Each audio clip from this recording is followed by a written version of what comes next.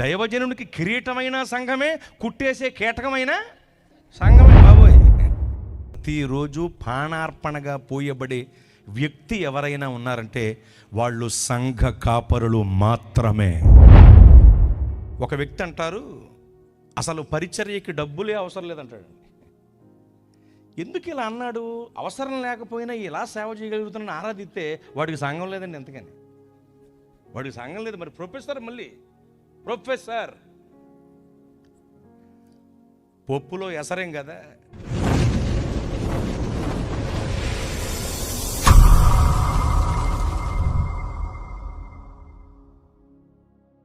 వివాహము అనేటువంటి అంశం గురించి బైబిల్ గ్రంథం సుస్పష్టమైనటువంటి వివరాలు మనకు తెలియజేస్తూ ఉంది. వివాహము యొక్క ప్రాముఖ్యతను, ప్రాధాన్యతను బైబిల్ గ్రంథం ఎంతగానో సర్వమానవాళికి తెలియజేయటం జరుగుతుంది. ఈ భూమి పైన ఉన్నతమైనటువంటి కార్యక్రమాలలో ఒక విలువైన కార్యక్రమం దేవుని ఏర్పాటును బట్టి జరిగే వివాహం. వివాహము అనేసరికి మనకు ఎన్నెన్నో గుర్తు వస్తూ ఉంటాయి. వాటిలో ఒకటి ప్రాముఖ్యమైనది విడిది గది. చెప్పండి, ఏమిటి? విడిది గది. మన ఊరిలో పెళ్ళి, మగ పెళ్ళోళ్ళది మన ఊరే, ఆడపెళ్ళోళ్ళు వచ్చారు. వచ్చిన వెంటనే వాళ్ళకి ఏమిస్తాం? విడిది గది ఇస్తాం. ఎందుకు ఇస్తాం అంటే విడిది గది ఇవ్వకపోతే మాట వచ్చేస్తుంది. వీళ్ళకు పెళ్ళై వీళ్ళు మొక్కోళ్ళు అయిపోయిన తర్వాత కూడా ఆమె అంటుంది, మీ మొహాలు పెట్టుకుని పెళ్ళప్పుడు విడిది గది కూడా మీరు ఇవ్వలేకపోయారు అంటుంది. కనుక అలాంటి మాట పెండ్లి కుమార్తె వారి నోట అనిపించుకోకుండా నిమిత్తం వాళ్ళు అడక్కపోయినా ఖచ్చితంగా వాళ్ళు వచ్చినప్పుడు మనూరులో పెళ్ళైతే, మగ పెళ్లి వారిది మనూరైతే ఏమిస్తాం? ఇచ్చేది పెళ్లి పెద్దలకా పెండ్లి కుమార్తెకా అంటే ఖచ్చితంగా పెండ్లి కుమార్తెకే. ఎందుకంటే వేరే ప్రాంతం నుండి ఆమె మన గ్రామానికి వచ్చింది వివాహం కొరకు. ఆమె ప్రయాణంలో వచ్చేటప్పుడు ముందుగా చక్కగా సిద్ధపడి ప్రయాణం చేస్తూ వచ్చింది గనుక ప్రయాణంలో కాస్త నిద్రావస్థ వల్ల కావచ్చు, అలసట వల్ల కావచ్చు, అలంకరణ చెదిరిపోతుంది. జుట్టు కూడా చెదురుతుంది. నిదట్లో అటు ఇటు వాలిపి అలా రెస్ట్ తీసుకోవటాన్ని బట్టి ప్రయాణం చేస్తుంది కదా. కనుక అలాగే వేదిక దగ్గరకు వచ్చేసి వరుడు పక్కన కూర్చుని పెళ్లి చేసేయండి అంటే కుదురుతుందా? కుదరదు.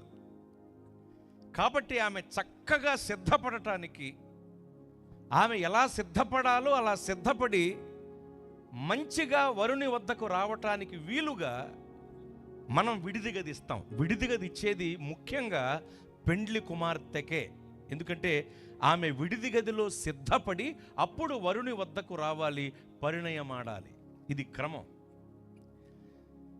వివాహ కార్యక్రమాల్లో ఈ క్రమం ఉంటుంది.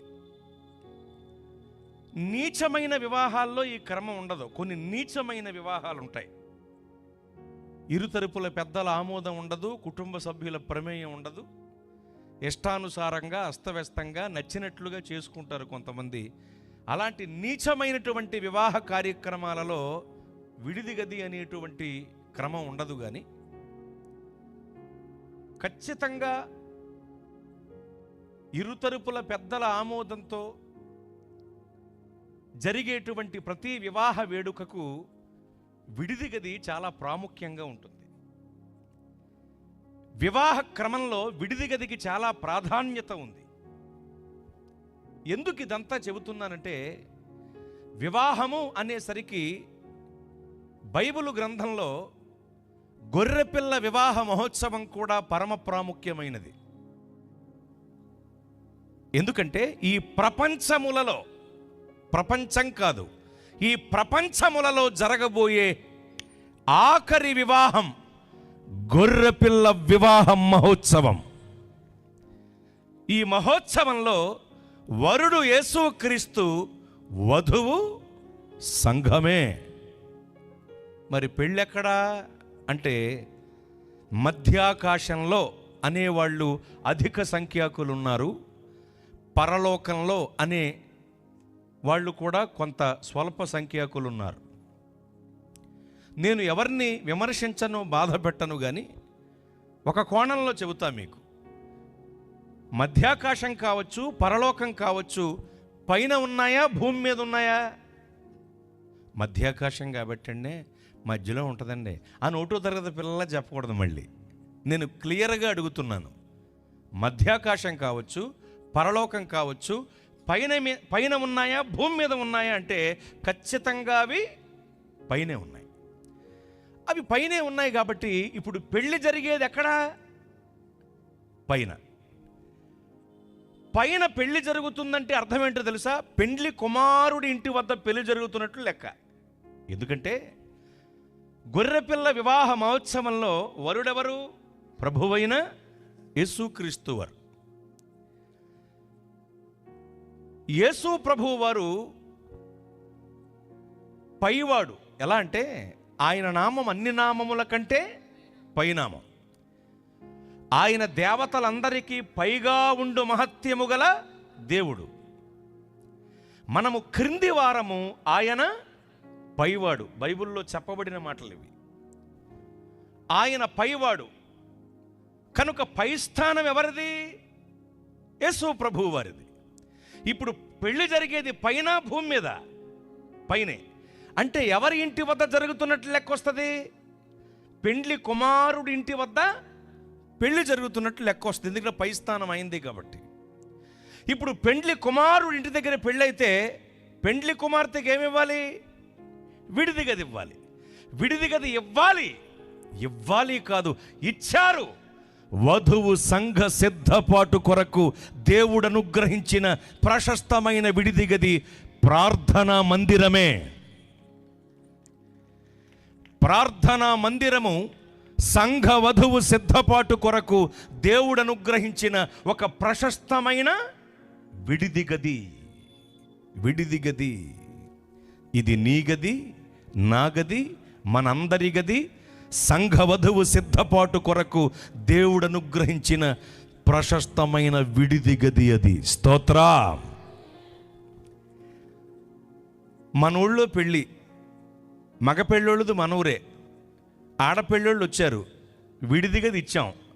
విడిది గది ఇచ్చినా కూడా విడిది గదిలోకి వెళ్లకుండా, విడిది గదిలోకి వెళ్ళి సిద్ధపడకుండా ఎడ్డవతారం వేసుకుని, మట్టి అవతారం వేసుకుని పెళ్ళికోడు తిరిగి వచ్చేసి అంట నుంచుందనుకోండి, ఏమైపోతాడు? అయోమయమైపోతాడు, అల్లాడిపోతాడు, బేకలే పారిపోతాడు. పారిపోయేటప్పుడు నిశ్చితార్థం రోజున చూసింది నిన్ను కాదుగా అనుకుంటూ వెళ్ళిపోతాడు. ఆ మాట పెండ్లి కుమారుడి నోట అనిపించుకోకుండా నిమిత్తం ఆవిడేం చేయాలి? ఇచ్చిన విడిది గదిలోకి మర్యాదగా వెళ్ళి సిద్ధపడి అప్పుడు వరుని వద్దకు రావాలి. ఇది క్రమం. అలాగే సంఘ వధువు సిద్ధపాటు కొరకు దేవుడు ప్రార్థనా మందిరాన్ని అనుగ్రహించారు. ఇదిగో ఈ సభలు మందిర వార్షికోత్సవ సభలు. ఇది ప్రతిష్ఠ అండి. ఈరోజు వార్షికోత్సవం అన్నాను సార్, అందుకనే పురుషోత్తం గారు. ఇది ఎన్నో వార్షికోత్సవం? చివరోళ్ళు అన్న చెప్పట్లేదు, చివరోళ్ళు 6వ వార్షికోత్సవం. మీరు గమనించాలి, మందిర ప్రతిష్ఠ వార్షికోత్సవం అంటే 6వ వార్షికోత్సవం సందర్భంగా ఏర్పాటు చేయబడిన సభలు. అంటే సంఘానికి దేవుడు ఏమిచ్చారు? మందిరం ఇచ్చారు. ప్రియులు తమ్ముడు చందు స్టీఫెన్ గారు వారు దేవుని పని చేస్తారు, దేవునికి పని చేస్తారండి. అంటే దేవుని సేవ చేస్తారు, దేవునికి కూడా సేవ చేస్తారు. సంతోషిస్తాను తమ్ముడిని బట్టి నేను. ఎందుకంటే ఈ నా సహోదరులలో ఒకరికి మీరు చేయగలేదు గనుక మీరు నాకు కూడా చేయనట్టే అంటారు దేవుడు. అంటే వాళ్ళకి చేస్తే ఎవరికి చేసినట్టండి? దేవునికి చేసినట్లు. అది దేవునికి సేవ, అది విషయం. తమ్ముడు ఎంతో చారిటీ చేస్తూ ఉంటాడు. ఆ రోడ్లమ్మట తిరిగేటువంటి వాళ్ళు ఎవరైతే ఉన్నారో, బెచ్చం ఎత్తుకుంటూ బ్రతికే వాళ్ళు ఎవరైతే ఉన్నారో, పిచ్చెక్కి తిరుగుతున్న వాళ్ళు ఎవరైతే ఉన్నారో, వాళ్ళ దగ్గరికి వెళ్ళి వాళ్ళని చక్కగా శుభ్రం చేసి వాళ్ళకి వస్త్రాలు అవి తొడుగుతూ ఉంటాడు. చాలాసార్లు అప్డేట్స్ అవి చూశాను తమ్ముడు చేసే. కూడా సేవ జరుగుతోంది, దేవుని సేవ, దేవునికి సేవ చేస్తున్నాడు అతను. దేవుడు తమ్ముడిని ఇంకా దీవించునుగాక. మీరు గమనించండి, అలా దేవుని సేవలో కొనసాగుతున్నటువంటి తమ్ముడికి, వారికి దేవుడు అనుగ్రహించిన సంఘ సభ్యులకి సంఘ సిద్ధపాటు కొరకు దేవుడు ఏమనుగ్రహించారు? మందిరాన్ని అనుగ్రహించారు. స్తోత్ర. మీరు గమనించండి, దేవుడు సంఘ వధువు సిద్ధపాటు కొరకు మందిరం ఇచ్చారు కదా, విడిది గది ఇచ్చారు కదా.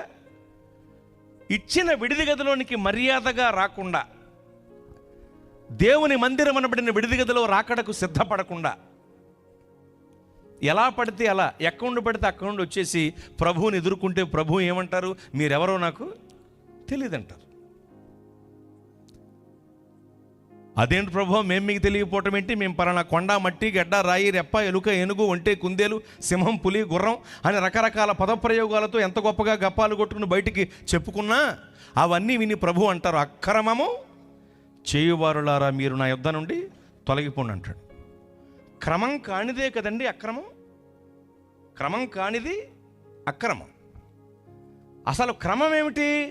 యోవేలు గ్రంథం 2వ అధ్యాయం 16వ వచనంలో 2వ భాగం, పెండ్లి కుమారుడు అంతఃపురములో నుండి పెండ్లి కుమార్తె గదిలో నుండి రావలయను.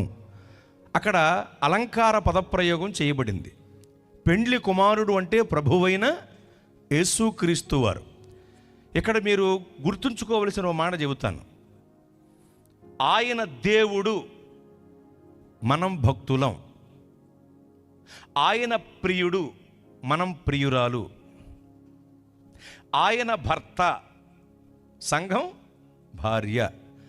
ఆయన వరుడు అంటే పెండ్లి కుమారుడు అయితే మనం ఎవరం? పెండ్లి కుమార్తె. ఇదన్నమాట పోలిక లేఖనంలో చెప్పబడింది. వీటిని అక్షరార్థంగా ఎవరూ తీసుకోకూడదు. అక్షరార్థంగా తీసుకుంటే అపార్థం చేసుకుంటారు, పెడార్థాలు తీసుకుంటారు, విపరీతార్థాల్లోనికి వెళతారు, పరమార్థాన్ని మర్చిపోతారు, పనికిమాలినోళ్ళలాగా తయారైపోతారు. కనుక వాక్యం అక్షరమై, అలంకారమై, మర్మమై ఉంటుంది కనుక అక్షరార్థంగా లేఖన విషయాలు తీసుకోకూడదు, ప్రమాదం అది. కనుక ఆత్మీయులకు ఈ విషయం అర్థమవుతుంది. అక్కడ పెండ్లి కుమారుడు అంతఃపురములో నుండి పెండ్లి కుమార్తె గదిలో నుండి రావలయను అని ఉంటుంది. పెండ్లి కుమారుడు అంటే ప్రభువైన యేసుక్రీస్తు వారు. ఆయన ఎక్కడి నుండి రావాలి అంటే అంతఃపురములో నుండి రావాలి. అంతఃపురం అనగా పరలోకము. పరలోకపు అంతఃపురము నుండి ప్రియుడు, వరుడు, పెండ్లి కుమారుడైన యేసు ప్రభువు వారు రావాలి. మరి పెండ్లి కుమార్తె అనబడిన వధువు సంఘం ఎక్కడి నుండి రావాలి? గదిలో నుండి రావలయును అని రాయబడి ఉంటుంది ఆ వాక్యంలో. పెండ్లి కుమార్తె పెండ్లి కుమారుని ఎదుర్కోబోయే ముందు ఒక గదిలోండి బయటకు వస్తుంది. ఆ గదిని ఏమంటాం? విడిది గది అంటాం. అంటే పెండ్లి కుమార్తె అనబడిన వధువు సంఘం ఎక్కడి నుండి రావాలి? విడిది గదిలో నుండి రావాలి. ముందే చెప్పాను, విడిది గది అంటే అర్థం ఏమిటి? ప్రార్థనా మందిరం. ఎక్కడి నుండి పడితే అక్కడి నుండి, ఎలా పడితే అలా వచ్చేస్తే ప్రభువు నిన్ను కొనిపోరు, అది గుర్తుంచుకో. ఖచ్చితంగా దేవుని మందిర అనుభవం నీకు కావాలి. ప్రార్థనా మందిర అనుభవం కలిగి నీవు కొనసాగాలి. అది బాగా గుర్తుంచుకోండి ఈ విషయాన్ని. ఎందుకంటే ఈ రోజుల్లో మందిరాన్ని నిర్లక్ష్యం చేసేవాళ్ళు ఎక్కువయ్యారు. క్రైస్తవ్యంలో అడుగడుగునా నిర్లక్ష్యం గావించబడుతున్న వాటిలో ఒకటి ఏమిటో తెలుసా? మందిరం. ఇంకా కొన్ని ఉన్నాయి. ప్రార్థన, అలాగే వాక్యం చదవటం, వాక్యం వినటం, ఇలాంటివన్నీ కూడా నిర్లక్ష్యము గావించబడుతున్నాయి క్రైస్తవ్యంలో ఈ రోజుల్లో. అది చాలా ప్రమాదం. దేవుని మందిరం అంటే చాలామందికి నిర్లక్ష్యం ఈ రోజుల్లో. నీరసం వస్తే రారు మందిరానికి, వర్షం వస్తే రారు మందిరానికి, చుట్టాలు వస్తే రారు మందిరానికి, మైకి వినబడకపోతే రారు మందిరానికి, ఒకవేళ వచ్చినా ఆలస్యంగా తగలడతారు మందిరానికి. లేరండి, అలాంటి వాళ్ళు లేరా? నీరసం వస్తే రారు, నీరసం వస్తే చస్తామా? ఇప్పుడు నేనున్నానండి, ప్రయాణాల వల్ల పరిచర్యలో నాకు నీరసం, అలసట అనేటువంటివి కలుగుతాయి. ఎందుకంటే నేనేమి మరమనిషిని కాదు, మామూలు మనిషిని. పౌలు బర్నబా గారులంతటి వాళ్ళు లూస్త్రా ప్రాంతంలో ఆ ప్రజలతో అంటారు సువార్త ప్రకటించే సమయంలో, మేము కూడా మీ స్వభావము వంటి స్వభావము కలిగిన నరులమే అన్నారు. వాళ్ళంతటి గొప్ప భక్తులే మేము మీలాంటి మనుషులమే అన్నప్పుడు నేనెంత, నా బ్రతుకెంత? నేను ఇంకా సామాన్యుణ్ణి. ఏలియా గారిని గురించి లేఖనం అంటోంది యాకోబు పత్రికలో, ఏలియా గారు మన వంటి స్వభావము కలిగిన మనుష్యుడే. అంతటి గొప్ప మహోన్నతమైన భక్తుడైన ఏలియా గారినే మన వంటి మనుష్యుడే అని లేఖనం అంటున్నప్పుడు మరి నేనెంత, నా బ్రతుకెంత? నేనేమి హీమ్యాన్ని, మరమ్యాన్ని కాదుగా, మామూలు మనిషినే. కనుక నాకు నీరసం, అలసట అనేటువంటి వస్తాయి. కానీ మీరు గమనించాలి, నాకు కలిగిన నీరసం, అలసట, అనారోగ్యం ప్రార్థనకు ఎప్పుడూ ఆటంకం కాలేదు. నీరసం వస్తే మానేస్తారు కొంతమంది మందిరానికి. యెహోవా మందిరమునకు వెళ్ళుదమని జనులు నాతో అనినప్పుడు నేను సంతోషించానంటాడు భక్తుడు. మందిరానికి వెళదామంటే ఏం కలిగిందట? సంతోషం. మందిరానికి వెళదామంటేనే సంతోషం కలిగింది కదా, వెళితే ఇంకెంత సంతోషమో ఆలోచన చేశారా?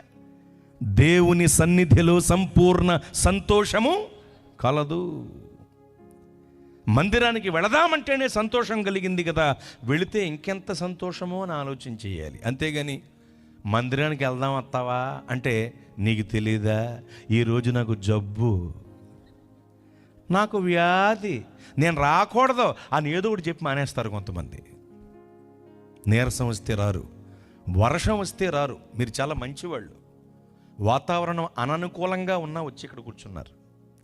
కొంతమంది వర్షం వస్తే రారు మందిరానికి, వర్షం వస్తే తడిచిపోయి నానిపోయి గోదావరిలోకి కానీ కొట్టుకుపోతామా? తడవటం వల్ల మొక్క ఏమన్నా మొలుస్తామా? బాగా వర్షం కురిసింది, రోడ్డు అంతా బురద బురదగా ఉంది, బాగా బురదగా ఉన్న రోడ్డు మీద ఒక వ్యక్తి నడుచుకుంటూ వెళుతున్నాడు. నడుచుకుంటూ వెళుతున్న ఆ వ్యక్తికి బురద అంటుకుపోయి తగలబడిపోయి చచ్చిపోయాడని పేపర్లు ఎప్పుడన్నా పడిందా? బురద అంటుకుపోయి కాలిపోయి చచ్చిపోయాడని టీవీలను ఎప్పుడైనా చూపెట్టారా? మరి నీకు భయం ఏమిటి? నీరసం వస్తే రావు, వర్షం వస్తే రావు మందిరానికి, చుట్టాలు వస్తే రావు. మాయమంద. ఈ చుట్టాలు కూడా కూట ఉన్నప్పుడే తగలడతారు నీళ్ళకి. అదో గొడవ అయ్యారు. వీళ్ళ దగ్గర ఉన్న కక్క మొక్క డెక్క తినేద్దామని వచ్చేస్తారు మంద. ఆ చుట్టాలు వచ్చారని వీళ్ళు ఆగిపోతారు మందిరాన్ని రాకుండా. ఏంటమ్మా అని అడుగుతాడు దైవజనుడు. చుట్టాలు వచ్చారనే అంటారు. చుట్టాలు వస్తే రావద్దని పాస్టర్ గారు ఏమన్నా చెప్పారా? చెప్పండి, అడిగేస్తాను, చెప్పారా? ఏ దైవజనుడు అలా చెప్పరు. బంధువులు వస్తే నూమానేటివేమిటి? వాళ్ళని కూడా దేవుని మందిరానికి తీసుకుని రా. నీ బంధువులను కూడా దేవుడు తన మందిరములో ఆశీర్వదిస్తారు. అంతేగా నూమానేయటం కాదు. ఈ రోజున అనేక సంఘాల నుండి, మందిరాల నుండి ఇక్కడికి వచ్చిన బిడ్డలు ఉన్నారు. మీ అందరికీ కూడా ప్రయోజనకరమైన మాటలు ప్రభు అందిస్తున్నారు, గుర్తుంచుకోండి. మందిరాన్ని నిర్లక్ష్యం చేయకూడదు ఎప్పుడూ కూడాను. నీరసం వస్తే రారు, వర్షం వస్తే రారు, ఏమండి, చుట్టాలు వస్తే రారు, కొంతమంది మైకి వినపడకపోతే రారు, ఇదో గొడవ మళ్ళీ. మరి ఇక్కడ ఎలా ఉంటుందో కానివ్వండి, పల్లెటూళ్ళలో చాలా ఇబ్బంది. ప్రతి కూటానికి ముందు మైక్ ఆన్ చేసి, ప్రభునందు ప్రియులారా, మీ పనులు త్వరగా ముగించుకుని త్వరపడి రండి, త్వరపడి రండి, త్వరపడి రండి పిలవాలి. అప్పుడు యెహోవా నా కాపరి, నాకు ఊపిరి లేదన్నట్టు ఈడుపుగాళ్ళు వేసుకుని సగం కూటమికి వచ్చేస్తారండి వీళ్ళు. ఎంత దారుణం ఉండేది, ఎంత నిర్లక్ష్యం ఇది. నీరసం వస్తే రారు, వర్షం వస్తే రారు, చుట్టాలు వస్తే రారు, మైకి వినపడకపోతే రారు. 2006 సంవత్సరంలో జరిగిన ఒక సంఘటన మీకు చెప్పాలి. మా సంఘంలోనే దేవుడు మాకు ఇచ్చిన పరిచర్యలోనే మైక్ వినపడలేదని కూట రావడం మానేసింది. కాబట్టి ఏం వినపడలేదని, మైకి వినిపించలేదని. నాకున్న అలవాటు ఏంటంటే అజగట్టుకుంటాను. ఎందుకంటే ఈ రోజుల్లో అజగట్టుకోకపోతే చాలా ప్రమాదం సంఘాలు. ఒరే నేను కొద్దిగా వెళ్ళొస్తాను, ఈ లోపల పొయ్యగదోయరా అంటుంటే ఈ లోపల కొన్నది అంటున్నాడు. వచ్చాక ఎవడీడు కొండ ఎవడండి, ఎందుకు వచ్చిన కూడా రావు అని చెప్పి కానుకుంటాను చాలా జాగ్రత్తగా. ఏమండి, నేను వెళ్ళాను, అమ్మ అజగట్టుకోటకి వెళ్ళాను. అమ్మ ఈరోజు ఆరాధనకు రాలేదేవుడి తల్లి అన్న నా పెద్దవాడిని. మైక్ వినపడలేదుగా అందవాడి. అమ్మ కరెంట్ లేదమ్మా అందుకనే మైక్ మోగలేదన్నాను. మాగుందగా అందవాడి. అప్పుడు పెద్ద లైన్ మెయిన్ లాగా నేను అవతారం ఎత్తి, అమ్మ మీ లైన్ వేరు మా లైన్ వేరు, మీ లైన్ కరెంట్ ఉంది మా లైన్ కరెంట్ లేదు, మీ లైన్ కరెంట్ ఉంది కాబట్టి ఫ్యాన్ తిరిగింది, మా లైన్ కరెంట్ లేదు కాబట్టి మైక్ మోగలేదు అన్నాను. అవన్నీ విని ఏమనాలి, అలాగా అనాలి కదా. అనలా అనకపోగా మైక్ వినపడలేదుగా, కోటం పెట్టలేదేమో అనుకున్నాను అంతే. అప్పటికే కడుపు మండిపోయి ఉన్నాను నేను. పాస్టర్లకు కడుపు మండుద్దంటే ఎందుకు మండుదండి, అన్నం తింటున్నాగా మేము కూడా. మీరు అనుకుంటారు మాకు కోపాలు వస్తాయి, కానీ సాత్వికులు ధన్యులు వారు భూలోకమును స్వతంత్రించుకుందరు అనే ఒక్క మాట చేత కలిగే కోపాన్ని అణుచుకుని బ్రతుకుతాం. అదే సాత్వికత. సాత్వికత అంటే ఏమిటి తెలుసా? కలిగే కోపాన్ని అణుచుకుని బ్రతకటమే సాత్వికత. అలా అణుచుకోకపోతే వారానికి 2 మెడకాయలు తిప్పేయాలి సంఘంలో. ఏమండి బాబు, ప్రాణాలు తీసేస్తారు మంద. మామూలుగా కాదండి. దైవజనునికి కిరీటమైన సంఘమే, కుట్టేసే కీటకమైన సంఘమే బాబోయ్. ఏబి మాసిలామణయ్య గారని గొప్ప దైవజనులు ఆయన ఒకప్పుడు. ఇప్పుడు లేరు, ప్రభు దగ్గరికి వెళ్ళిపోయారు ఆయన. గొప్ప దైవజనులు, ప్రసంగికులు ఆయన. వారు ఒకసారి సుస్థి చేసి, అంటే అనారోగ్యత చేసి హాస్పిటల్లో చేరారు. సంఘమంతా వెళ్ళారటండి పలకరించడానికి. ఎందుకు వచ్చారు మీరు అన్నట్టు ఆయన. ఎందుకు రావటం ఏంటి అయ్య గారు, మిమ్మల్ని పరామర్శించడానికి వచ్చామన్నారు. అప్పుడు వెంటనే దైవజనుడు, మీ వల్లే కదా నేను ఎక్కడికి వచ్చింది అన్నాడు. మీ వల్లే కదరా బాబు నేను ఎక్కడికి వచ్చింది, ఎక్కడ కూడా వచ్చేసారా మీరు, అది వెళ్ళిపోండ్రా బాబు అన్నట్టు ఆయన. చూసారా, సంఘ కాపరికి ఎండి తిప్పలు ఉంటాయి బాబు. వీళ్ళు మన బట్టలు చూస్తారు కానీ మన బనీలను చూడరండి వీళ్ళు. బట్టలు చూసి అయ్యగారికి ఏంట్రా టక్ చేసాడు, అయ్యగారికి ఏంట్రా షూట్ వేసాడు, అయ్యగారికి ఏంట్రా పంచి కట్టాడు, అయ్యగారికి ఏంట్రా సఫారీ వేసాడు, అయ్యగారికి ఏంట్రా సొరవ వేసాడు, ఆయనకే ఉంది లోటు అనుకుంటారు. మీరు బట్టలు చూస్తారు కానీ మా బనీలను చూడరు బాబు. కార్గిల్ యుద్ధంలో పాల్గొని కన్ను మూసిన సిపాయి గారి దుస్తుల్లాగా తూట్లు పడిపోయి ఉంటాయి. అందుకుని ఏ దైవజనురాలైన పాస్టర్ గారి బనీల్ని బయట ఆరబెట్టరు. అర్థమవుతుందా? ప్రతిరోజు పానార్పణగా పోయబడే వ్యక్తి ఎవరైనా ఉన్నారంటే వాళ్ళు సంఘ కాపరులు మాత్రమే. ఈనాడు కొంతమంది ప్రసంగికులకు కూడా సంఘ కాపరుల యొక్క ఇబ్బంది, వాళ్ళు పడే ప్రయాస అర్థం కాక కొన్ని వ్యర్థమైన మాటలు పలుకుతున్నారు. వీడియోస్ అవి వస్తున్నాయి కొన్ని చోట్లకి. ఒక వ్యక్తి అంటారు, అసలు పరిచర్యకి డబ్బులే అవసరం లేదంటాడు. ఎందుకు ఇలా అన్నాడు? అవసరం లేకపోయినా ఇలా సేవ చేయగలుగుతున్న ఆరాధిస్తే వాడికి సంఘం లేదండి. ఎంతకని వాడికి సంఘం లేదు. మరి ప్రొఫెసర్, మళ్ళీ ప్రొఫెసర్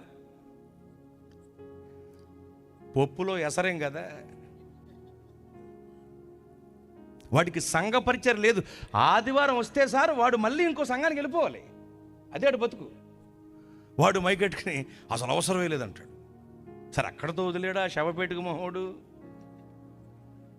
ఏమండి, మరొక చోట అంటాడు, అసలు విశ్వాసులనే వాళ్ళు పాస్టర్ల దగ్గరికి వెళ్ళి ప్రార్థన చేయించుకోవాల్సిన అవసరం లేదన్నాడు. అయ్య బాబా, అపవాదికి ఆత్మీయ పుత్రుడు. మరి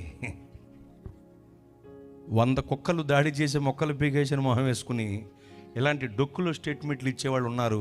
వాళ్ళకు ఒక సంఘ పరిచర్య అని, ఒక భారం అని వాళ్ళకేమీ ఉండదు. నిజంగా సంఘ పరిచర్య చేస్తూ ప్రభువు కొరకు ప్రయాసపడే వారికి తెలుస్తుంది సేవ అంటే పప్పలు కాదు తిప్పలు అని. ఎన్నొచ్చినా దేవుని వైపు చూస్తూ వెనుదిరగక అలుపెరగక ముందుకి సాగిపోతూ ఉంటాం మేము, దైవజనులం, సంఘ కాపరులం. అందుకని ఎప్పుడు నేను చెప్తాను, ఎటువంటి ప్రసంగికుడు కంటే కూడా మీ సంఘ కాపరే గొప్పవాడని చెప్తూ ఉంటాను నేను. కనుక మామూలు ప్రయాస కాదండి. కనుక మా కోపం రాదండి. ఎందుకు రాదండి? పెద్దాపురం పూరీలు అమ్మే సెంటర్లో వదిలేస్తే మారిపోతాడు ఇటు. అలాంటి వాడు వచ్చి మనకు సలహాలు ఇస్తూ ఉంటాడండి. అవునా కదండి? అలా చేద్దాం అయ్య గారు, ఇలా చేద్దాం అయ్య గారు అంటాడు. అమాంతంగా నేల కంటించేద్దాం అనిపిస్తుందండి. మరి సాత్వికులు ధన్యులు వారు భూలోకమును అది స్వతంత్రించుకుందరు కనుక సాత్వికతతో కోపం అణుచుకుని అలా చేద్దామా, ఇలా చేద్దామా, అలాగే అంటూ దేవుని వైపు చూస్తూ పని చేసుకుంటూ ముందుకి సాగిపోతాం. కోపం రాదంటే ఎందుకు రాదు? కానీ ఆ సాత్వికతతో అణిచేస్తాం అన్నమాట. అర్థమవుతుందండి? అందుకనే ఆవిడ అనేసరికి నా గుండె మండింది. అప్పుడు కడుపు మండిపోయి ఉన్నాను నేను. ఇప్పుడు మైగా కనపడలేదుగా, కోటం పెట్టలేదేమో అనుకున్నాను అనేసరికి గుండె కూడా మండింది. గుండె మండి పెట్టకపోవటానికి ఇదేమన్నా నీ దినమా అని బయటకు అనలేదండి. అవి చాలా ప్రమాదం బయట కట్టేనే. మరి ఏంటి సంఘ పరిచర్య అంటే ఎన్ని తిప్పలు ఉంటాయండి గారు? బయటకు అనలేదు, లోపల అనుకుని బయటికి, అమ్మా కరెంట్ లేదు కాబట్టి మైకి మోగలేదు తల్లి, ఈ రోజు నుండి మైకి వినిపించకపోయినా కూటానికి వచ్చేయండి, మీ శార్థం మర్చిపోకండి అని మళ్ళీ చెప్పి రావాల్సి వచ్చింది. ఆ రోజు నుండి ఏం చేశానంటే బాకాలు తీసేశాను. ఇంకా మైకులు పైకి లేవు, ఇంకా తీసేసా. చెప్పా తర్వాత వారంలో చెప్పా, అసలు బాకాలు బయటికి ఈ వారం నుండి వినబడవు, మీరు సమయానికి వచ్చేయండి అని చెప్పాను. ఆ రోజు నుండి ఈ రోజు వరకు అసలు బాకాలు పెట్టండి నేను బయటికి. ఎందుకంటే నీరసం వస్తే రారు, వర్షం వస్తే రారు, చుట్టాలు వస్తే రారు, మైకి వినిపించకపోతే రారు, ఒకవేళ వచ్చిన ఆలస్యంగా తగలడేవారు లేరండి. అబ్బో ఇదో కూడా మళ్ళీ మైకి వినపడకపోతే రారులే, అలాంటి వాళ్ళు ఉన్నారు. కొంతమంది ఆలస్యంగా వస్తూ ఉంటారండి. ఏదో ఒకసారి 2 సార్లు 3 సార్లు ఆలస్యం అయిందంటే అది ఎవరికైనా సహజం, అది సహజం ఎవరికైనా. కానీ మీరు గమనించారా? ఆదివారం ఆరాధనకు లేటు, ఉపవాస కోటాలకు లేటు, సువార్త కోటాలకు లేటు, ప్రత్యేక కోటాలకు లేటు, నియామక కోటాలకు లేటు, ప్రతి కోటానికి లేటు అంటే ఒక కోణంలో లేకుండా పోయారని. లేటు అంటే లేటుగా లేచొస్తాడనా? పలానా ఆయన లేటు అని పెడతారు పేరు పక్కన. లేట్ అంటే లేటుగా లేచొస్తాడనా? లేటు అంటే అర్థం ఏంటి? లేడు, ఆఖరి పాట పాడేసి పెట్టిలో పెట్టి ఊరుకొత్తనానికి మోసేశారని. లేటు అంటే చచ్చారని, అంతేనా? మోటుగా చెప్పాలంటే చచ్చిపోయారని. మరి వీళ్ళు ఎప్పుడూ లేటే. ఈ లేటు విశ్వాసులను చూచి తోటి విశ్వాసులు ఏమని మాట్లాడుకుంటారో తెలుసా? ఈవిడెప్పుడూ లేటే, ఇతను ఎప్పుడూ లేటే. అంటే వాళ్ళ పేరు పక్కన ఏముంటుంది? లేటు అంటే అర్థం ఏమిటి? చచ్చినోళ్ళని. ఎందుకండి ఆ మృతస్థితి మనకి? నీరసం వచ్చినా, వర్షం వచ్చినా, చుట్టాలు వచ్చినా, మైకి వినిపించినా వినిపించకపోయినా ఆలస్యం చేయకుండా త్వరపడి సకాలంలో దేవుని మందిరానికి రావాలి. నేను ఈ మీటింగ్ ముందుకు 8:20కి వచ్చాను సార్. నేను అక్కడ ఒక బ్రదర్ గారి ఇంటి దగ్గర ఉన్నాను కాసేపు, అంటే అటు వెళ్ళాను అనమాట. మిమ్మల్ని బట్టి సంతోషిస్తున్నాను. ఎందుకంటే ఇలాంటి వాతావరణంలో కూడా ఇంతమంది ఇక్కడికి వచ్చారంటే దేవుడు మిమ్మల్ని దీవించునుగాక. నేను సంతోషిస్తున్నాను. కానీ మందిరాన్ని నిర్లక్ష్యం చేస్తూ ఆలస్యంగా మందిరానికి వచ్చేవాళ్ళు ఉంటారు. ప్రతిసారి ఆలస్యం చేస్తూ ఉంటారు. ఎంత ప్రమాదం ఉండేది. నేనంటాను, ఆసక్తి లేని వాళ్ళే ఆలస్యం చేస్తారండి. భగవంతుని ఎడల భక్తి అంటే భగవంతుని ఎడల ఆసక్తే భక్తి. భగవంతుని ఎడల ఆసక్తే భక్తి. నీకు నిజంగా భక్తి ఉంటే, భగవంతుని ఎడల ఆసక్తి ఉంటే, నీరసం వచ్చినా, వర్షం వచ్చినా, చుట్టాలు వచ్చినా, మైకి వినిపించినా వినిపించకపోయినా ఆలస్యం చేయకుండా సకాలములో త్వరపడి దేవుని మందిరానికి వచ్చేస్తావు. అలా రావటం వల్ల దేవుని కన్నులకు నువ్వు దేవుని మందిరములో కనబడటం వల్ల, సకాలంలో కనబడటం వల్ల నువ్వు ఖచ్చితంగా గొప్ప దీవెనలు పొందుకుంటావు. ఎందుకంటే దేవుని మందిరం అనగా దేవుని కన్ను దృష్టి నిలిచే స్థలం. దేవుని మందిరం అనగా పరమ న్యాయస్థానం, దేవుని మందిరం అనగా పరలోకపు గవిని, దేవుని మందిరం అనగా దేవుని మనస్సు ఉన్న చోటు. కనుక అలాంటి చోటుకి త్వరపడి సకాలంలో రావాలి, ఆలస్యం చేయకూడదు. ఆటంకములను అధిగమించి మరీ దేవుని మందిరానికి రావాలి. దేవుని యొద్దకు రండి, అప్పుడు ఆయన మీ యొద్దకు వచ్చును.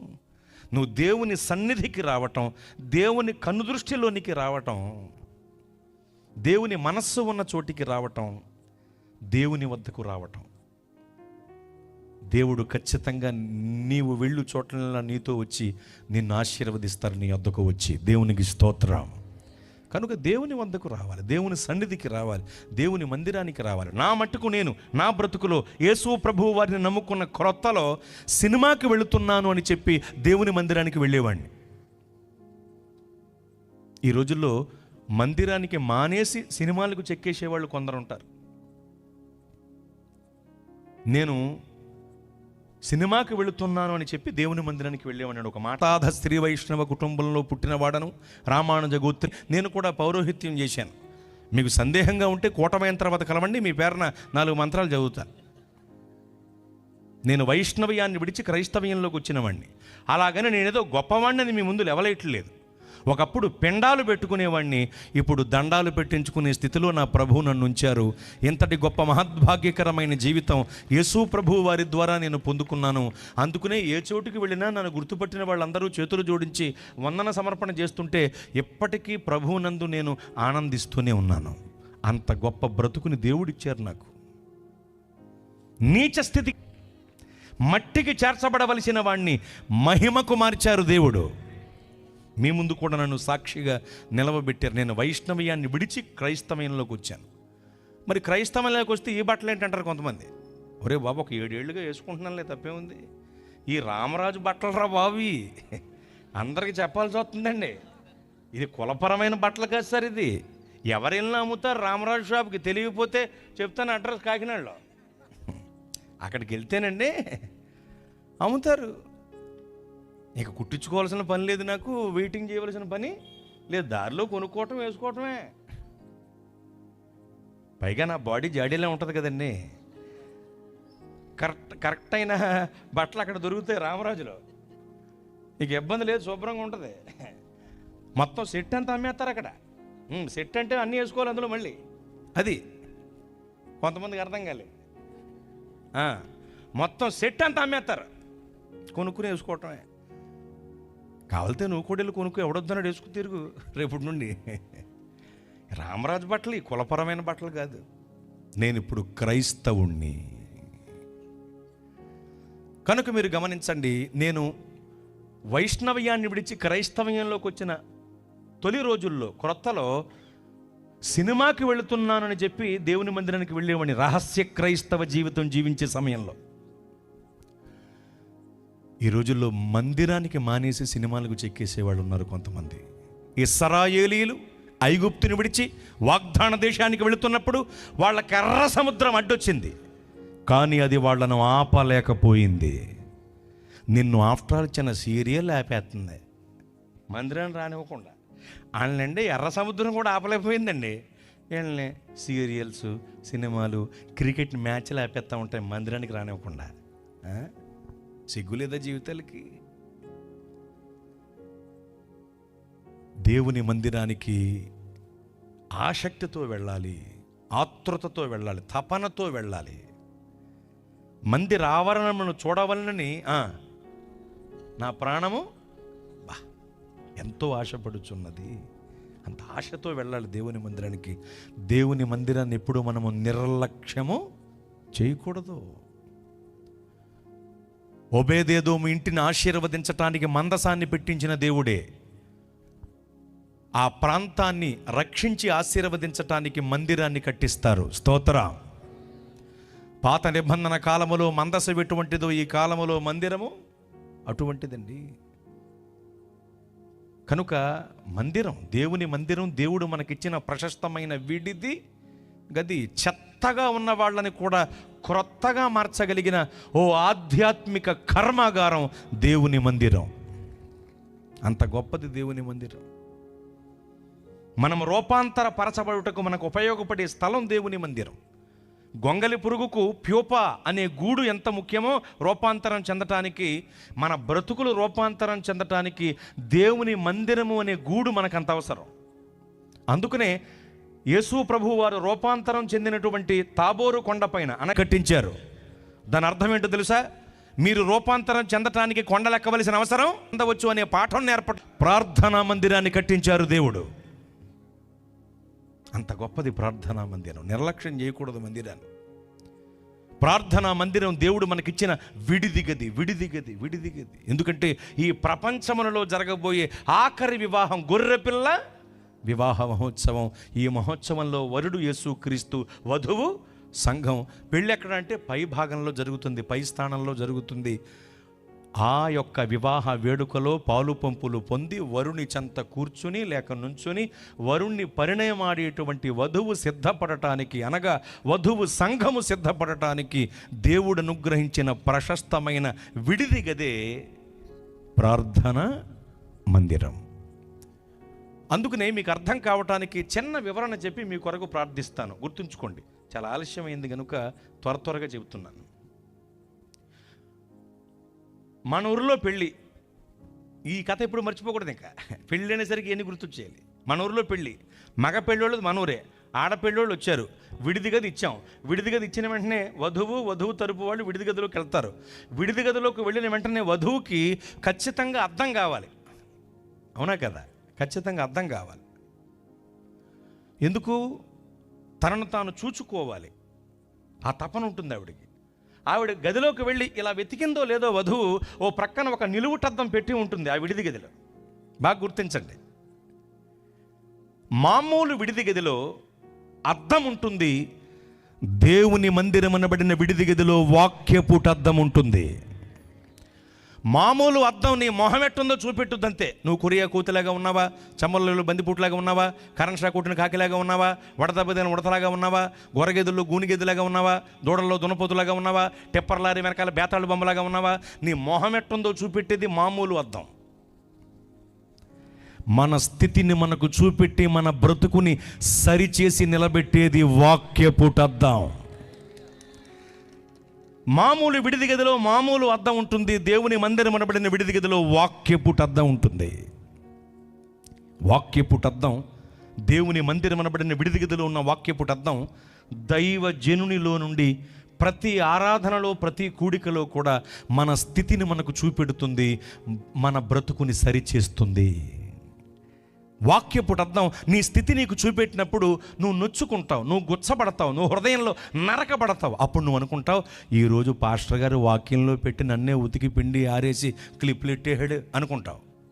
మీకు తెలుసా, ఈ వారం చెప్పాలి అనుకున్న ప్రసంగాన్ని కొన్ని రోజులుగా ప్రార్థనాపూర్వకముగా సిద్ధపడి వచ్చి చెబుతాడు దైవజనుడు. అలా సిద్ధపడి వచ్చి చెప్పేటువంటి సంఘ కాపరికి వాక్యంలో పెట్టి నువ్వు తిట్టవలసిన అవసరం లేదు. అయినను కొన్ని మాటలు వచ్చి నీకు టపీమని తగిలేసినాయి అంటే అర్థం ఏంటో తెలుసా? నీ బ్రతుకు సరిగా లేదని, నీవు సరిచేయబడాలని అర్థం. వాక్యపుటద్దం ప్రతి కూడికలో, ఆరాధనలో, దేవుని మందిరంలో మన స్థితిని మనకు చూపెడుతుంది. చూపెట్టినప్పుడు నొచ్చుకుంటాం, గుచ్చబడతాం, హృదయంలో నరకబడతాం. అప్పుడు అలిగి సనికి గొనిగి తిరుగుబాటు చేయకూడదు. మనతో మాటలాడిన వాక్యపుటద్దానికి, అనగా వాక్యమై ఉన్న దేవునికి మనల్ని మనం అప్పగించుకుంటే సరిచెయ్యబడతాం, బలపరచబడతాం, భక్తిలో పురికొల్పబడతాం, దేవుని కొరకు నిలుస్తాం, ఫలిస్తాం, జయిస్తాం, గెలుస్తాం, దేవుని కొరకు జీవిస్తాం. ఇదంతా జరగాలంటే వాక్యానికి మనల్ని మనం అప్పగించేసుకోవాలి సరిచేయబడటానికి. అలా అప్పగించుకుని నువ్వు సరిచేయబడితే నడిచే సువార్త రథంలా మారిపోతావు. కొంతకాలానికి లోకానికి క్రీస్తు పత్రికగా మారిపోతావు. క్రీస్తు దైవత్వపు కాంతి కిరణములను ప్రపంచమునకు పంచే దీపంగా మారిపోతావు. బ్రతికున్న బైబిలు గ్రంథాన్ని అయిపోతావు. ఇదంతా జరగాలంటే నీతో మాట్లాడుతున్న వాక్యమై ఉన్న దేవునికి నిన్ను నీవు అప్పగించుకోవాలి. వాక్యపుటద్దం నీ స్థితి నీకు దైవజనునిలో నుండి చూపెట్టినప్పుడు అలిగి సనికి గొనికి తిరుగుబాటు చేయటం కాదు, వాక్యమునకు నిన్ను నీవు అప్పగించుకుంటే సరిచేయబడతావు. అసలు వాక్యపు అర్థం ఎలా మన బ్రతుకును చూపెడుతుంది, ఎలా సరిచేస్తుంది అంటే, దీపం వలే వెలుగిచ్చును, అద్దం వలే నన్ను చూపును, దీపం వలే వెలుగిచ్చును, అద్దం వలే నన్ను చూపును, విలువైనది బలమైనది నా యేసుని నోటి మాట, విలువైనది బలమైనది నా యేసుని నోటి మాట, యేసయ్య మాట జీవపూట, పరముకు నడిపించు బాట, పరముకు నడిపించు బాట, కత్తివలే ఖండించును, సుత్తివలే సరిచేయును, కత్తివలే ఖండించును, సుత్తివలే సరిచేయును, విలువైనది బలమైనది నా యేసుని నోటి మాట, విలువైనది బలమైనది నా యేసుని నోటి మాట, యేసయ్య మాట జీవపూట, పరముకు నడిపించు బాట, పరముకు నడిపించు బాట. స్తోత్ర. దీపమై వెలిగిస్తుంది, అద్దమై మన స్థితిని మనకు చూపెడుతుంది. ఆ సమయంలో మనం ముళ్ళు కలిగిన కర్రగా ఉంటే మనలో ఉన్న కుళ్ళు అని ముళ్ళను చెక్కి సరిచేసే ఖడ్గమై మనలో ఉన్న కుళ్ళు అనే ముళ్ళను చెక్కి మనల్ని సరిచేస్తుంది వాక్యపు అద్దం. కరకసగా బండగా ఉంటే, కఠినమైన రాయిగా ఉంటే వాక్యపు అద్దమే సుత్తెగా అనగా సమ్మెటగా మారి నిన్ను కొట్టి మెత్తన చేసి సరిచేస్తుంది. ముళ్ళు కలిగిన కర్రగా ఉంటే, వంకర కలిగిన పుల్లగా ఉంటే వాక్యపు అద్దమే అగ్నిగా మారి నిన్ను కాల్చి కనక్కనలాడే నిప్పు కణంగా నిన్ను మారుస్తుంది. ఏది ఏమైనా మన స్థితిని మనకు చూపెట్టి సరిచేసేది వాక్యపు అద్దం. ఎక్కడుంది అంటే దేవుని మందిరంలో. దేవుని మందిరం అనబడిన విడిది గదిలో వాక్యపు అద్దం ఉంటుంది. రెండవది, మామూలు విడిది గదిలో అద్దంతో పాటు దువ్వెన పెడతారు. అలాగే దేవుని మందిరం అనబడిన విడిది గదిలో కూడా దువ్వెన ఉంది, కానీ ఇది ప్రార్థనా దువ్వెన. మామూలు దువ్వెన, బాగా వినండి, మీ చిక్కుపడిన జుట్టుల్ని సరిచేసేది మామూలు దువ్వెన. మనందరి చిక్కు సమస్యలకు పరిష్కారాన్ని అనుగ్రహించేది ప్రార్థనా దువ్వెన. వాక్యపు అద్దంతో పాటు ప్రార్థన దువ్వెన ఉంటుంది మందిరంలో. అందుకనే దేవుని మందిరము సమస్త జనులకు ప్రార్థనా మందిరం అనబడింది. ప్రార్థనా ప్రసన్నత ఉంటుంది దేవుని మందిరములో. చిన్న ఉదాహరణ మీకు చెబుతాను. ఇళ్ళకాడ ప్రార్థన చేసుకోవాలి, చేసుకోవద్దని నేను చెప్పట్లా. మందిరాన్ని నిర్లక్ష్యం చేయకూడదు. కొంతమంది మందిరాన్ని నిర్లక్ష్యం చేసి ఇళ్ళకాడ ప్రార్థన చేసుకుందాం అనుకుంటారు. ఇంటికాడ ప్రార్థన మొదలెడతారండి, 10 సంవత్సరాల క్రితం ఎవడో తిట్టు గుర్తొచ్చేది వీళ్ళకి. అదే దేవుని మందిరానికి వచ్చి ప్రార్థనలో గడపండి, ఎంత చక్కగా ప్రార్థన నడిపింపు వస్తుందో కదండి. వాక్యపు అద్దంతో పాటు ప్రార్థన దువ్వెన ఉంది దేవుని మందిరంలో. ప్రతి చిక్కు సమస్యకు మీకు పరిష్కారాన్ని కలుగజేస్తుంది ప్రార్థన దువ్వెన. హన్నా గారికి ఒక చిక్కు, ఈ చిక్కు సమస్యను బట్టి ఆవిడ ఎక్కడికి వెళ్ళింది? దేవుని మందిరానికి వెళ్ళింది. ఈమె చిక్కు సమస్యకు పరిష్కారం ఎక్కడ కలిగింది? దేవుని మందిరంలో. ఏ దాదాల దగ్గరకో, బాబాల దగ్గరకో, స్వామీజీల దగ్గరకో, గజకర్ణ గోకర్ణ టక్కు టమారాలు చేసే గారడీగాళ్ళ దగ్గరకో, రంగురార ఉంగరాల దగ్గరకో, నో ఎడిక్షన్ పౌడర్స్ దగ్గరకో వెళ్ళవలసిన అవసరం లేదు. దేవుని మందిరానికి వస్తేనే చిక్కు సమస్యకు పరిష్కారము ప్రార్థన ద్వారా కలిగి తీరుతుంది.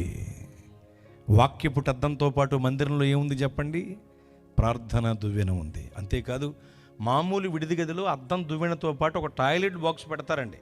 వెళ్ళేసరికి ఇంతే రంగురంగుల బాక్స్ ఇస్తారండి. ఇంత ఆ బాక్సులో చాలా ఉంటాయి. కళ్ళక రంగు, పళ్ళక రంగు, వేళ్ళక రంగు, కొన్ని చోట్లయితే ఊసు ఉముగు రంగు, కిళ్ళీళ్ళు వేస్తారు కదండి. లాలాజలానికి కూడా రంగు, అదనమాట. అయితే అలాంటివేమీ దేవుని మందిరం విడిది గదిలో ఉండవు, కానీ పరిశుద్ధాత్ముడు ఉంటారు. వాక్యపు అద్దము ప్రార్థన దువ్వెనతో పాటు మందిరములో కూడుకున్న సంఘము మధ్య పరిశుద్ధాత్మ దేవుడు ఉంటారు. మనల్ని పరిశుద్ధాలంకృతంగా తీర్చిదిద్దటానికి, మనల్ని క్రీస్తుకు కావలసినట్లుగా అలంకరించటానికి పరిశుద్ధాత్మ దేవుడు ఉంటారు. అందుకనే నీవు దేవుని మందిరంలో పోయినప్పుడు నీ ప్రవర్తన జాగ్రత్తగా చూసుకోమని వాక్యం ఊరికే హెచ్చరించట్లేదండి. వాక్యమై ఉన్న దేవుడు పరిశుద్ధాత్ముడు ఉంటారు. వాక్యపు అర్థము ప్రార్థన దువ్వెన పరిశుద్ధాత్మ దేవుడు ఉంటారు. సంఘముగా కూడుకున్న స్థలంలో, దేవుని మందిరంలో గుర్తుంచుకోండి. పరిశుద్ధాత్మ దేవుడు ఎందుకు అంటే మనల్ని క్రీస్తుకు కావలసినట్లుగా అలంకరించటానికి, మనల్ని పరిశుద్ధాలంకృతులుగా తీర్చిదిద్దటానికి పరిశుద్ధాత్మ దేవుడు ఉంటారు. మనల్ని శక్తివంతులుగా చేయటానికి ఉంటారు. మనల్ని సాక్షులుగా మార్చటానికి ఉంటారు. మూడవదిగా పరిశుద్ధాత్ముడు ఉంటారు. త్వరగా చెప్తున్నాను మీకు. నాలుగవది, మామూలు విడిది గదిలోనండి పెళ్లి కూతురు పక్కన పెద్దావిడిని పెడతారు. ఓ పెద్దావిడిని, ఆవిడ అన్నీ చెప్తా ఉంటుంది పెళ్లి కుమార్తెకి. అమ్మాయి, ఎలా పడితే అలాగా నడిచి వెళ్ళిపోక వేదిక దగ్గరికి జడుసుకుపోతాడు పెళ్లి కొడుకు. కొద్దిగా ఒబ్బిడిగా నడవాలి, పొందిగ్గా నడవాలి, లైట్ తల అలా వాల్చుకుని చక్కగా నడవాలమ్మాయి. పెడుతున్నారు కదని ఏది పడితే తినేకు, పెళ్లి కూతురు కదా అని అన్నీ తెచ్చి పెట్టేస్తారు నీ దగ్గరికి. దొరికిందలా తినేసామంటే అంటే మళ్ళీ తేడా చేసేద్దే. తినకూడదమ్మలాగా. ఏదో లడ్డు పలుకు ఓ ముక్క, అలాగా బూందీ పలుకు ఒకటి వేసుకో అంతే. మంచినీళ్ళు కూడా ఎక్కువ తాగేకు. అలా ఇల్లు వచ్చేస్తానంటే ఈ లోపల పెళ్ళి అయిపోద్ది. ప్రతిసారి పిచ్చికారి అంటే కుదరదు. ఎక్కువ తింటే 20 ఏళ్ళు వస్తుంది, జాగ్రత్త. చెప్పుద్ది నన్ను. అంతేకాదమ్మా, నువ్వు వేదిక దగ్గరికి వెళ్ళేటప్పుడు వేదిక వైపు, పెండ్లి కుమారుడు వైపు నీ దృష్టి ఉండాలి. ఎందుకంటే నీకు తెలిసిన వాళ్ళు, పరిచయస్తులు, ఇంకా చెప్పనా బాగా పరిచయస్తులు కూడా కొంతమంది తగలవచ్చు. బాగా అంటే మరి అది వెళుతూ ఉంటావు కదా, వెళ్ళేటప్పుడు ఆడికి రావనుకున్నాను వెళ్ళిపోకూడదు, అలాగా దెబ్బడిపోద్ది. పైగా ఆ వచ్చే వాళ్ళ యొక్క మర్యాదలు మేము చూసుకుంటామమ్మా. నీ స్నేహితులు వచ్చినా, నీకు టీచింగ్ చేసిన టీచర్స్ వచ్చినా, నీ క్లాస్మేట్స్ ఎవరు వచ్చినా వాళ్ళ మర్యాదలు ఎవరు చూసుకోవాలి? మేము చూసుకుంటాం. నువ్వు వెళ్ళి మా వాళ్ళు డ్రింక్ ఇవ్వండి, మా వాళ్ళకి అన్నం పెట్టను అనకూడదు. అక్కడ ఎంత పరిచయస్తులు కనపడినా వాళ్ళు వెళ్ళిపోకూడదమ్మా. వేదిక పైన, పెండ్లి కుమారుడి పైన నీ దృష్టి ఉండాలి. జాగ్రత్తగా వెళ్ళాలి. అంతేకాని బాణలాగా మన నాటకంలో మాయిలు పకిరిగాళ్ళకి వెళ్ళి దబ్బీమని కూర్చుండిపోయామనుకో సోఫా మీద, ఆడు ఎగిరి వెళ్ళిపోతాడు పక్కకే. మెల్లగా కూర్చోవాలి, కాళ్ళు దగ్గరికి పెట్టుకోవాలి, తల కొద్దుగా వాల్చుకోవాలి, చేతుల దగ్గర ఇవన్నీ కూడా చెప్పటానికి పెండ్లి కుమార్తె పక్కన ఓ పెద్దామని ఉంచుతారో ఉంచరండి. సంఘములో కూడా మనకి సలహాలు ఇవ్వటానికి, మనకు సూచనలు ఇవ్వటానికి, మనల్ని హెచ్చరించటానికి దైవజనుడు ఉంటారు. దేవునికి నరులకు మధ్యవర్తి యేసు క్రీస్తు అయితే, యేసు క్రీస్తుకి సంఘానికి మధ్య నుండి విజ్ఞాపన చేసే రాయబారి, సంఘ కాపరి. ప్రపంచంలో ఎటువంటి ప్రసంగికుడు కంటే కూడా మీ సంఘ కాపరి గారే గొప్పవారు. ఎందుకంటే మీ కొరకు మేము ప్రార్థన చేయంగా. చాలామందికి తెలియదు ఈ విషయం. తెలియక మా దగ్గరికి వచ్చి మీ అనుదిన ప్రార్థనలో మా కోసం జ్ఞాపకం చేసుకుని అంటారు. అనుదినం నీ దినమేం కదా, అనుదినం నేనే కాదు, ఏ ప్రసంగికుడు నీ కొరకు ప్రార్థించడు. పేరున నీ కొరకు అనుదినం ప్రార్థించాల్సినంత పని మాకేముంది? మాకు సంఘాలు లేవా, సహవాసం లేదా, పరిచర్యలు లేదా, కుటుంబం లేదా? మేము ప్రార్థన చేసుకోవద్దా? నీ కోసం ప్రార్థన చేయాలా? ఒకసారి కాదంటే మళ్ళీ అనుదినం. నేనంటున్నాను, అనుదినము మీ కొరకు పేరున ప్రార్థించే ఏకైక వ్యక్తి మీ సంఘ కాపరి గారు మాత్రమే. రాసి పెట్టుకోండి. ఒకవేళ అనుదినం మీకోసం ప్రార్థన చేస్తామంటే దొంగ వాడు. అనుదినం మీ కొరకు ప్రార్థన చేస్తాం, మీరు ఎప్పుడు మా ప్రార్థనలో ఉంటారు. కొంతమంది ప్రార్థన చేస్తాం, దొంగ. ఎవడు అడిగాడండి? మీకోసం ప్రార్థన చేస్తున్నాం అయ్య గారు, పక్కెళ్ళి అడుగు. మాకు తెలదరా మరి 22 ఏళ్ళుగా ప్రసంగికుడిగా అనేక ప్రాంతాలు తిరుగుతున్నాను. నేను కొంకనక్క బ్యాచ్ని ఎంతమందిని చూసుంటాను నేను. కాకలు తీరినరా బాబు ఇక్కడ. ఎవరైనా మీ కొరకు అనుదినం మేము చేస్తున్నామని వేరే ప్రాంతం వాళ్ళు ఎవరైనా పేరున మీ కొరకు అనుదినం చేస్తున్నామని చెప్తే అది నిజంగా అబద్ధం. కొంతమంది మేము అందరి కొరకు చేస్తామని అంటారు. అందరి కొరకు ఎలా చేస్తారో తెలుసా? ప్రభువా, నేను పలానా ప్రాంతం వెళ్ళాను, పలానా ప్రాంతం వెళ్ళాను, చాలామంది ప్రార్థన చేయమని అడిగారు, కానీ వాళ్ళ పేర్లు నాకు గుర్తులేవునైనా. నేను మర్చిపోయే దేవుడివి కాదు నైనా, వాళ్ళని జ్ఞాపకం చేసుకుని ఏదో ఒకటి ఇచ్చేయండి అయినా. ఇది కానీ సంఘ కాపరి అలా కాదు. మీ బాధను తన బాధ అనుకుని మీకు సమీపంలో ఉంటూ, మీ గృహాలు దర్శిస్తూ, మీ కొరకు పరిచర్యలో ప్రయాసపడుతూ, మీ కొరకు కడుపు కట్టుకుని కన్నీళ్లు కార్చి మీ కొరకు ఎప్పుడూ ప్రార్థించే, ఎప్పుడు పేరున మీ కొరకు, మీ కుటుంబం కొరకు ప్రార్థించే ఏకైక వ్యక్తి సంఘ కాపరి అనే దైవజనుడు మాత్రమే. కానీ వింతేంటో తెలుసండి, సంఘ కాపురులను అభిమానించకుండా, ప్రేమించకుండా, సంఘ కాపురులకు పరిచర్యలో సహకరించకుండా 2 రోజులు 3 రోజులు ప్రసంగం చేయటానికి వచ్చి వెళ్తారు చూసారు ప్రసంగికుడు, ఆడు హీరో అండి సంఘాలకి. అలా అయిపోయింది ఈ రోజుల్లో. అయ్య బాబో, ఇదేంటిది? అసలు మీరు గుర్తుండరు తెలుసా మాకు? అమ్మో, మంగాచార్యులు గారు అంటే చాలా ఇష్టం అండి. నువ్వు గుర్తుండవు నాకు. వేరే చోటకు వచ్చినప్పుడు నన్ను గుర్తుపట్టారా అంటాడు ఒకడు వచ్చి. గుర్తుపట్టడానికి ఎబోలా వ్యాధికి ఏమన్నా మందు కనిపెట్టేమంటారు నువ్వు అని అనాలని ఉంటుంది, కానీ అనలేం, బాధపడతారు కదా. అప్పుడు నేను వాడిని ఏం అనలేక బాధ కలిగినా సరే, ఎందుకంటే నన్ను గుర్తుపట్టారా అని ఎవరిని అడగండి, ఎదుటి వాళ్ళు గుర్తుపట్టేలాగా బ్రతకండి. అది గొప్ప విషయం. ఎప్పుడు నన్ను గుర్తుపెట్టారా అని తెపాసం వెళ్ళిపోవటం కాదు. నేను ఎవరిని అడగను, చిరాకు నాకు అలాగా. ఎక్కడి నుంచో వాళ్ళు గుర్తుపట్టి వస్తారు, అయ్యగారు మీరు ఎక్కడ ఉన్నారంటే టిఫిన్ చేస్తున్నారా సరేలే అలాగా. ఎదుటి వాళ్ళు మంచిగా మనల్ని గుర్తుపట్టేలా బ్రతకండి. నన్ను గుర్తుపట్టారని ఎవరిని అనకండి. వచ్చి అడుగుతారు, వాడిని ఏమనగలం ఆ సమయంలో? అప్పుడు మీరు అక్కడ అని లోపల ఆడి చెప్పేస్తారు మొత్తం, ఆడే మొత్తం అవునండి ఎక్కడండి అని. అలాగా, ఓకే బాగున్నారు అంతా, సరే అని చెప్పి వచ్చేస్తాను పక్కకి. కానీ మీరు ఎప్పుడు గుర్తుండేది ఎవరికో తెలుసా? మీ సంఘ కాపరి గారికి. సంఘ కాపరి చాలా ప్రముఖమైన వ్యక్తి అండి. దేవుని తరువాత సంఘానికి ప్రముఖమైన వ్యక్తి సంఘ కాపరి గారు. ఆ యొక్క కాపరి గారి యొక్క దైవజనుని యొక్క సలహాలు, సూచనలు, హెచ్చరికలు ఏ సంఘమైతే గైకుంటూ దేవుని ఆజ్ఞల మార్గంలో ముందుకు సాగుతుందో ఖచ్చితంగా సిద్ధపాటు అనే మెట్టు ఎక్కుతారు వాళ్ళు. దేవునికి మహిమ కలుగునుగాక. సంఘ వధువు సిద్ధపాటు కొరకే దేవుడు ప్రార్థనా మందిరం అనబడిన విడిది గదినిచ్చారు. విడిది గదిలో వాక్యపఠనం ఉంటుంది, ప్రార్థన దువ్వెన ఉంటుంది, పరిశుద్ధాత్మ దేవుడు ఉంటారు. అదే సమయంలో దైవజనుడు కూడా ఉంటారు. దేవునికి స్తోత్రం. ఎలాంటి గొప్ప అనుభవాలు కలిగిన దేవుని మందిరం అనబడిన విడిది గది అనుభవం కలిగి రాకడకు సిద్ధపడి పరలోకపు అంతఃపురము నుండి రానై ఉన్న ప్రభువు, ప్రియుడు, పెండ్లి కుమారుడు, వరుడు అయిన యేసు ప్రభువు వారిని ఎదుర్కోవటానికి విడిది గదిలో నుండి రావాలి. దేవునికి మహిమ కలుగునుగాక. విడిది గదిలో నుండి వెళ్ళి ఆయనను ఎదుర్కోవాలి. కనుక మానకుండా దేవుని మందిరానికి వెళ్ళండి.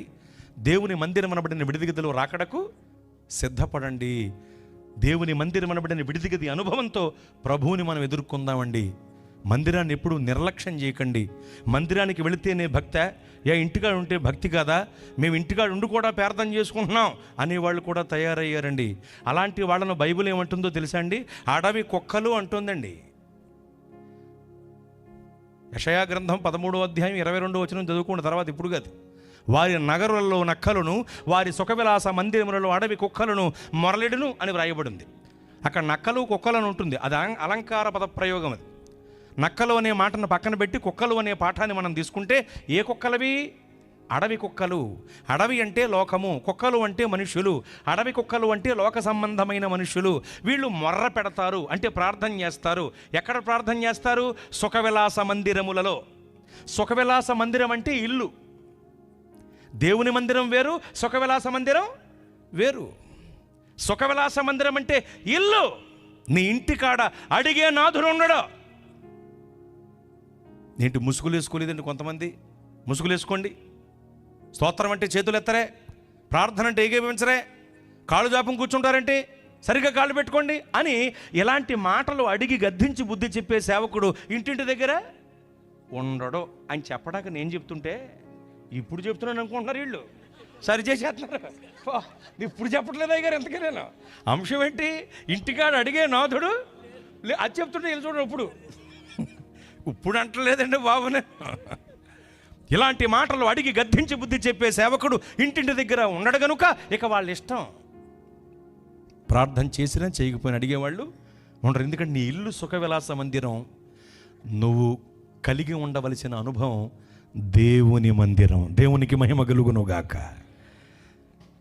దేవుని మందిరాన్ని నిర్లక్ష్యం చేస్తూ ఇళ్ళకాడే మ్రగ్గిపోయే వాళ్ళు అడవి కుక్కలు, దేవుని మందిరానుభవములో ఎదిగేవాళ్ళు ఒలీవ మొక్కలు. అడవి కుక్కవా ఒలీవ మొక్కవా నిర్ణయం నీకే విడిచిపెడుతున్నాను. మనం దేవుని మందిరములో ఒలీవ మొక్కలమై ఒలివ చెట్లమై వృద్ధి నొందితేనే మనకు మేలు అన్న సంగతి మరొక్కసారి మీకు నేను తెలియజేస్తున్నాను. నీరసం వచ్చినా, వర్షం వచ్చినా, చుట్టాలు వచ్చినా, మైకి వినిపించినా వినిపించకపోయినా ఆలస్యం చేయకుండా త్వరపడి సకాలంలో దేవుని మందిరానికి ప్రతి ఆరాధనకు మానకుండా రండి. దేవుని మందిరమునబడిన విడిది గదిలో రాకడకు సిద్ధపడండి. రాకడలో మనం ఎత్తపడదామండి. ప్రభు చేత కొనిపోబడదాం. పరలోకానికి చేరుకుని నిత్య జీవాన్ని అనుభవిద్దాం. పరలోకపు గవిని అయిన దేవుని మందిర అనుభవంతోనే మనం ప్రభువుని ఎదుర్కొందాం. దేవుడి క్లుప్త వివరణ మన వినికిడిలో దీవించునుగాక.